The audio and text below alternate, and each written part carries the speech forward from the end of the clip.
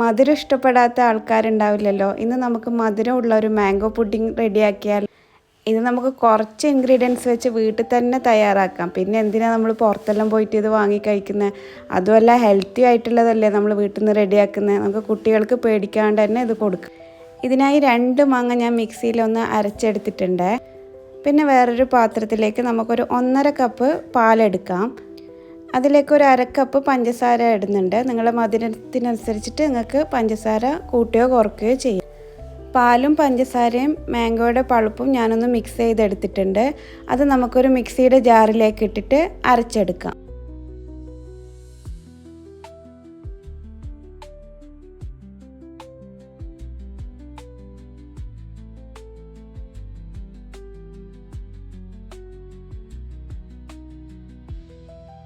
നമുക്ക് വേറൊരു ബൗളിലേക്ക് ഒരു 4 ടേബിൾ സ്പൂൺ കോൺഫ്ലോർ ആഡ് ചെയ്യാം.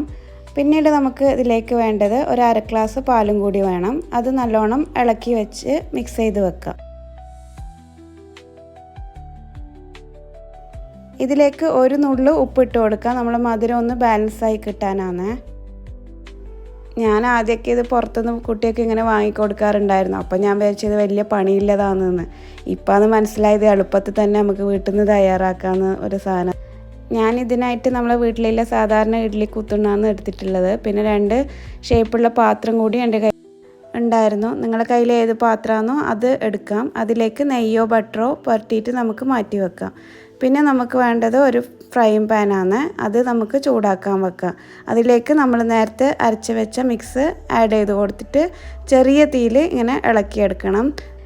അരച്ച് വെച്ചതെന്ന് വെച്ചാൽ നമ്മൾ മാംഗോ മിക്സാണ്, മറ്റേ കോൺഫ്ലോറിൻ്റെതല്ല. അത് നമുക്ക് ഏറ്റവും അവസാനമാണ് ചേർക്കേണ്ടത്.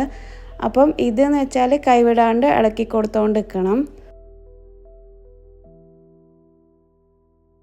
കൈവിടാതെ ഇങ്ങനെ ഇളക്കി കൊടുത്തുകൊണ്ട് ചെറിയ തീയിൽ ഇളക്കി കൊടുത്താൽ തന്നെ നമ്മൾ ഇതിന് ടേസ്റ്റ് കൂടുക ചെയ്യുക.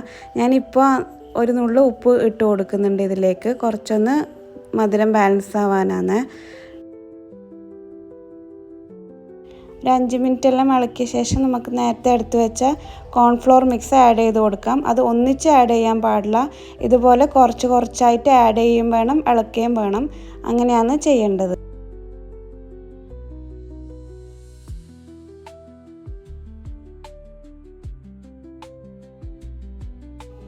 ഇതുപോലെയാണ് ആഡ് ചെയ്യേണ്ടത്. അതിനുശേഷം ഒരു 5-6 മിനിറ്റ് ഒന്ന് ചെറിയ തീയിൽ തന്നെ ഒന്ന് ഇളക്കി കൊടുക്കണം. ചെറിയ തീയിൽ മെല്ലെ ഇളക്കി കൊടുത്താൽ മതി.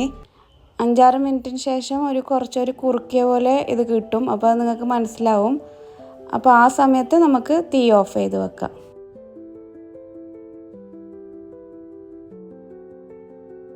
ഇതിപ്പോൾ ഞാൻ 2 മാങ്ങ മാത്രം എടുത്തിട്ടാണ് ആക്കിയിട്ടുള്ളത്. നിങ്ങൾക്ക് കുറച്ച് കൂടുതൽ ഉണ്ടാക്കി വെക്കുന്നുണ്ടെങ്കിൽ ഒരാഴ്ച വരെയെല്ലാം ഫ്രിഡ്ജിൽ വെച്ചിട്ട് കുട്ടികൾക്ക് കൊടുക്കാൻ പറ്റും.